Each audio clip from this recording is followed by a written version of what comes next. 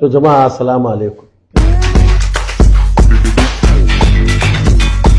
To gaskiya muhimman abubuwan suna da yawa ba su da iyaka. Amma ina ganin kamata in ɗauki ɓangare na haɗari da aka shiga na rayuwa. Na farko bana mantawa ina yaro a firamare a Kwankwaso kafin in tafi Gwarzo boarding. Na manta ko aji nawa ne. Yawanci idan aka sami ƙara a gidan mai gari akan tura wani ya kirawo wani domin a sasanta su.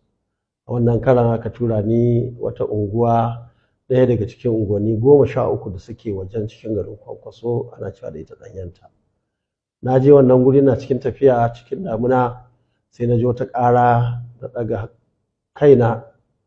Na kusan zuwa gidan wa'anda za a kira, zan yi wannan kira, sai ga wani mutum ya zare adda ya yo kaina.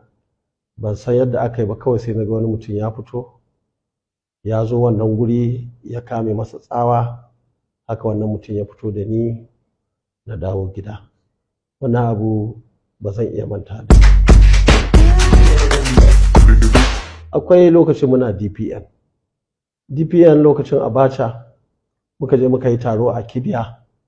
Muna cikin taro, muna gama taro, magariba ta yi sai ruwa ya tsinke.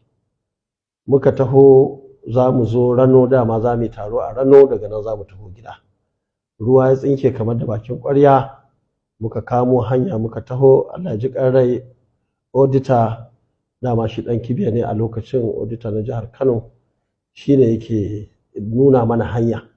Muna cikin bunsa sai nuna mana ya ce mu wuce, shi kuma zai shiga gari yake nufi. Saboda haka muka wuce ruwa kamar da bakin ƙwarya. Muna cikin tafiya kawai sai muka ji wata irin ƙara wacce mun taɓa jin irin ta ba. Ashe wani kududdufi muka faɗa a Kibiya. Wannan kududdufi ruwa baya ƙarewa rani da damuna. Wannan kududdufi zurfinsa ya isa. Motar mu kawai ta je ta maƙale, cikinta ko goshinta ya je tunkuyi wata gaba. Motar na Allah bai sa za ta tuntsira ba. Haka muka fito daga cikin wannan mota,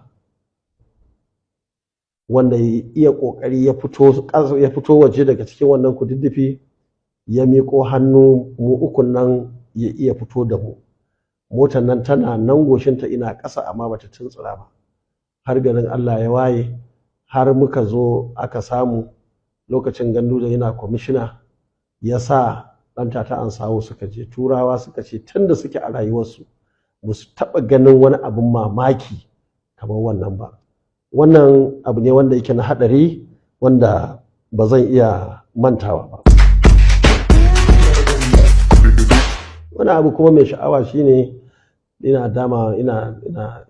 tunaninsa da yawa. Shi mataimakin na lokacin gwamna, ni a gona mun zauna da shi lafiya, ban taɓa zaton da wata gaba ko wata rigima ba.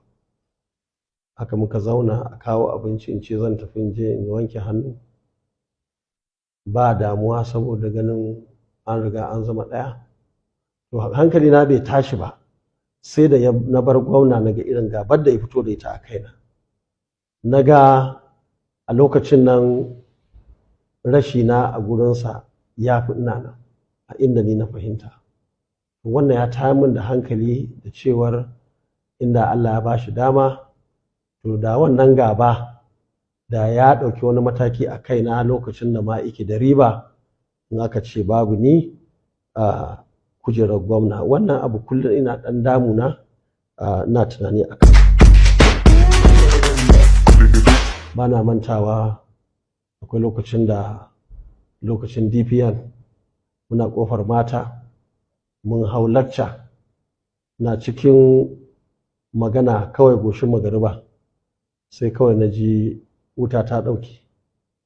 Ban ankara ba sai na farka kafin mu je asibitin Nasarawa wanda suke kai ni. Allah ji kan ɗan kura Adamu da waɗansu mutane waɗanda suka ɗauke ni.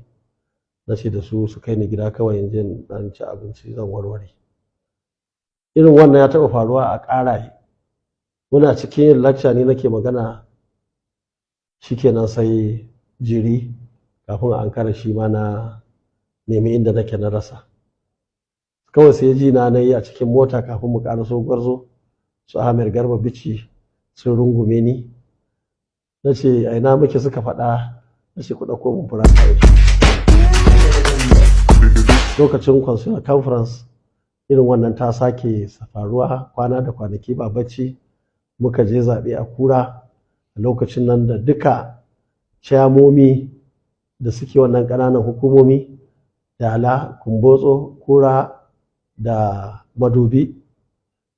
Lokacin nan ba a yi gwale ba, ba a yanki garin malam ba, mu ne muka yi wannan a consular conference. Da rigima ta rigima, kwana da kwanaki shi ma ban yi bacci ba, ba cin abinci ba hutawa, shi ma kawai sai na ji ne a wani gurin daban. Wannan shi ma na farfado aka ci gaba da zaɓe.